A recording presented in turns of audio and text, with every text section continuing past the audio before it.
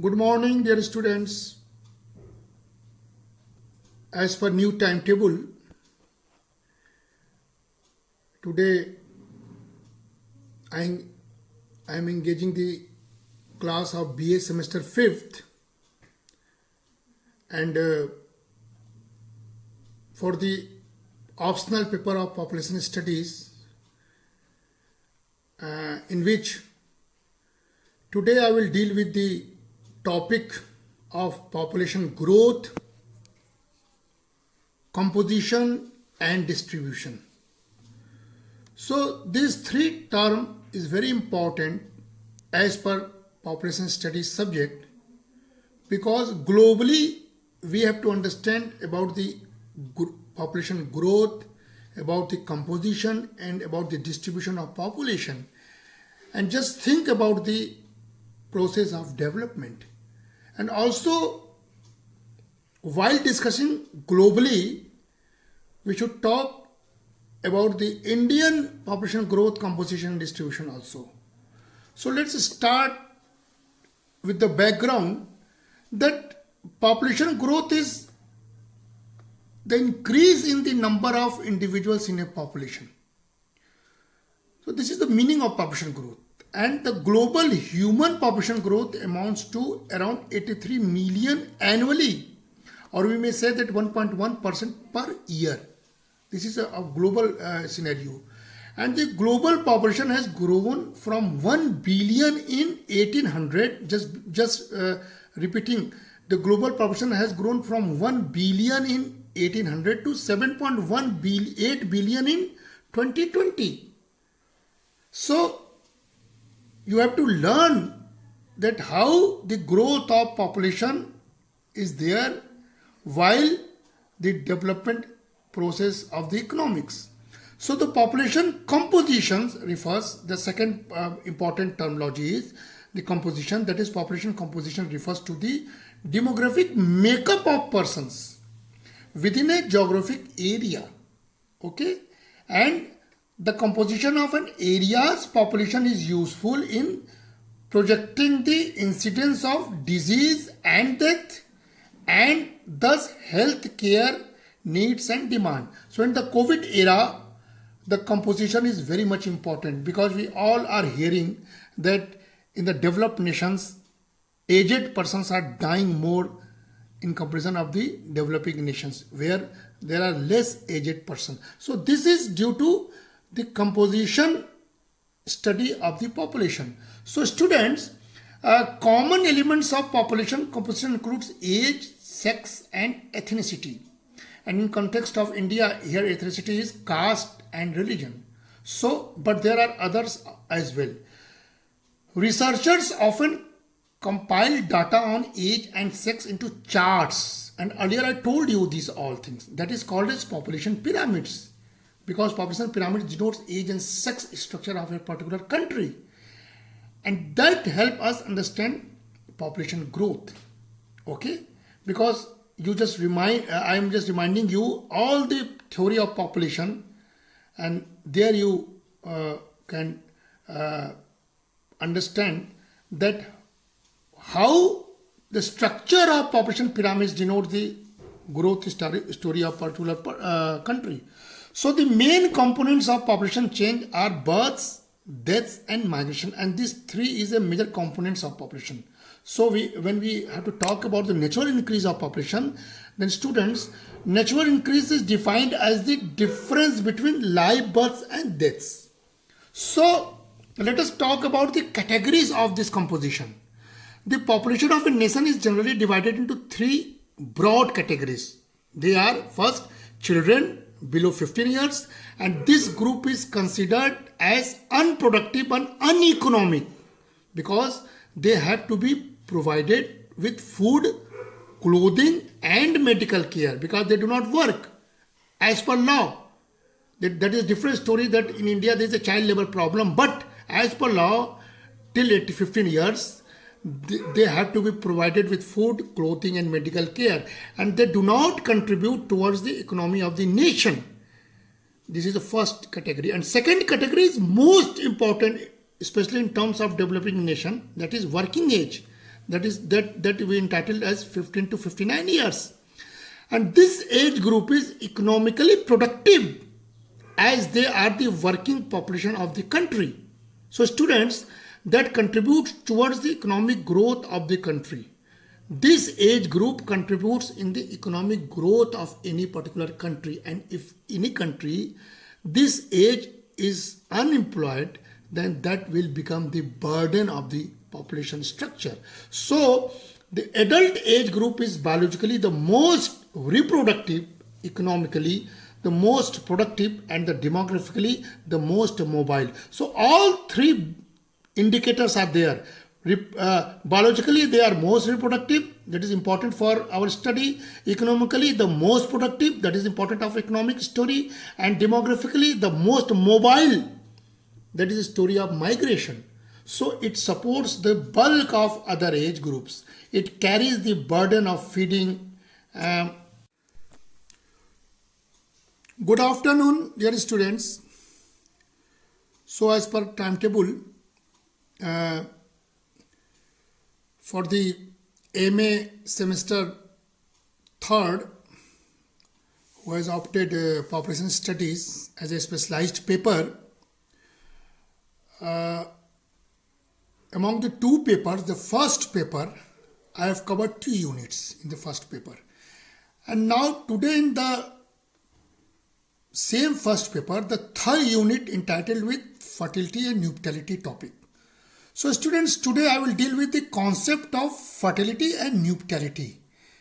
And this is 2 different concepts but linked with each other. So I will begin with nuptiality, and then in the second class tomorrow I will deal with fertility. Okay, so let's start the concept of fertility and nuptiality. So students, before dealing with the terminology nuptiality, as per our understanding, as per the demographic events, just remember one more term that is called as family demography. And what is it? What is family demography? That is qualities of and concern and connections between family or households members. So this we can say as a family demography. That means qualities of and connections between family or households members. So this together can be used as term family demography, and in which there are various terms which I will tell you in the next slide. That there is a term marriage, that is institution. Divorce is also event. Remarriage is also event. Cohabitation is also event. Intergenerational relationships also an event. Division of labor in households is also a process of family demography. And multi-partner fertility, etc. are the terminology used for the family demography. Okay. So students, let's start the term nuptiality. We all know that in the demographic event, I earlier told you the important event is marriage. And that marriage, when we measure it in the annual term basis, that is called as nuptiality. Just like fertility, in which we measure the birth rate of a particular country, that is called fertility. Okay. So what is nuptiality? The frequency and characteristics of marriage in a population. Very simple and very clear that the frequency and characteristics of marriage in a population is called as nuptiality. विवाह के दर को, किसी भी जनसंख्या में विवाह के दर, frequency को और उसके चरित्र को जब हम मेजर करते हैं तो उसको हम लोग वैवाहिक दर कहते हैं. Okay. Unlike fertility, mortality and migration, research on nuptiality, or we can say that marriage rate and characteristics, has been limited because there are the term crude marriage rate. I will tell you later on all the marriage rate, but here we can understand about the crude marriage rate, that is the ratio of the number of marriages during the year to the average population in that year. A variety of marriage rates are used to measure nuptiality, and first marriage rate and remarriage rate is also a terminology within that. Okay, so in the first slide, I told you, as per your syllabus, the meaning of nuptiality. Okay, and then there are different concepts related to that. We should also understand about those concepts, because in many times 2 marks question consist of this type of terminologies. So first is polygamy. Polygamy is a marriage pattern in which one man marries more than one woman at a time. This in many part of the world, also in India, this polygamy exists, because a marriage pattern in which one man marries more than one woman at a time. And we all know in Muslim community there is a polygamy structure of marriage. Okay, so this is also we have to see, and we have to measure the polygamy issue of any country. Okay, and second is monogamy, actually practiced in our Hindu mythology. The practice of having only one spouse at one time. In some cases, monogamy means having only one spouse for an entire lifespan. Just like in India, हमारे भारत में तो कहा जाता है कि हम लोगों का 7 जन्मों का संबंध है. So that means we are very strictly follow the rule of monogamy. And then third important event comes after this marriage, polygamy and monogamy, is a divorce. You all know polygamy is practiced by women, Muslim community, and also divorce is a very frequently followed by this community. So divorce is the legal process in which a judge legally ends a marriage. The results leaves the status of the two individuals as single, and a divorce does not declare a marriage null and void as in an annulment, but instead states that the marriage was unsuccessful for any one variety of reason and declares the two individuals as single. So this is also very important terminology when we are talking about the nuptiality, and this is used in developed countries, and in developed societies divorce is a normal phenomena. Okay, and in India also nowadays in urban society divorce is a nominal phenomena. Okay, so the next is a cohabitation.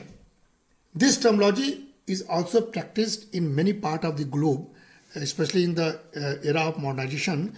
And for this study, cohabitation means persons who, while not married, have lived as married person for a period of not less than 5 years. We all nowadays hearing about the living partnership. That is a part of cohabitation. Pair lives together, don't marry, but live together long time. And if that is more than 5 years, or that is less than 5 years, that is called as cohabitation. Okay, and then the normal term fertility comes. That means the actual birth performance of a population. I will tell you in next class. There is one more term called cingulate mean age at marriage. In many research papers, we will see the term YSM-AM.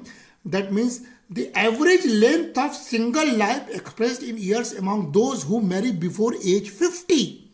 50 वर्ष के as के पहले जो शादी हो जाती है, जब उसको हम लोग एवरेज के रूप में मेजर करते हैं तो उसको singulate mean age at marriage कहा जाता है. And then comes the period of child bearing. This is also a specific event. The act or process of carrying and giving birth to a child. And this is very much related to fertility. And dear students, then we will measure the term total fertility rate, for which I will take another class. Okay. Here I will explain you in the first class only the term nuptiality, and now I am here to explain the terminology of nuptiality. So students, marriage marks the onset of regular exposure to pregnancy and is therefore a proxy determinant of fertility. Its demographic, economic, socio-cultural and health implications set the stage of reproductive activities such as legitimizing entry into sexual activities and childbirth. So this is how you can explain the term nuptiality. And marital status can also influence other demographic events such as family formation, migration, very important topic, and demand for social services such as schools, housing and health services. I told you in online class all the details about this criteria, okay? And a review of the labels, patterns and differentials in marriage within a population can provide a critical directions in the formulation of programs and policies that promote the enhancement of family life. So students, when we are talking about the nuptiality rate, we should first know about the age at first marriage. And age at first marriage marks the time of entry into marital life and regular exposure to the risk of childbearing. Assuming that fertility often takes place within marriage and contraceptive practices are non-existent, there is a positive relationship between age at first marriage and fertility. So that means age at first marriage is very much important, believing that in that particular region, in that particular countries, contraceptive practices are non-existent. And then it is directly linked with the fertility. Okay? And the modernization theory argues that socio-economic development affects age at first marriage through self-selection of spouse and economic independence of women. This is the modernization theorist which argues this type of argument. Okay, and very frequently students, let us talk about the various measures. Very simple. You have to learn. You have to remember this measurement when you have to deal with any table and question asked to calculate the marriage or divorce rate. Then first there is a crude marriage rate or crude divorce rate. I am telling it together because the same formula apply in marriage and same formula apply in divorce. Only terminology M and D will be changed. So CMR is M by P into 1000. That is total marriage in total population into 1000 is called it CMR. And if you will change the term M as D, then this is CDR is equal to D by P into 1000. So this is the simple measurement of crude marriage or crude divorce rate in a single formula. Okay. And then come general marriage or general divorce rate. In general marriage rate, M is the same but divided by population specific of females more than 15 plus into 1000. And if we will talk about divorce, here we will use D and here we will use D. GDR is equal to D by P, F 15 plus 1000. So this is simple general marriage or general divorce rate followed by this formula in which the population portion is defined with the female 15 plus population. And next is refined divorce or marriage rate.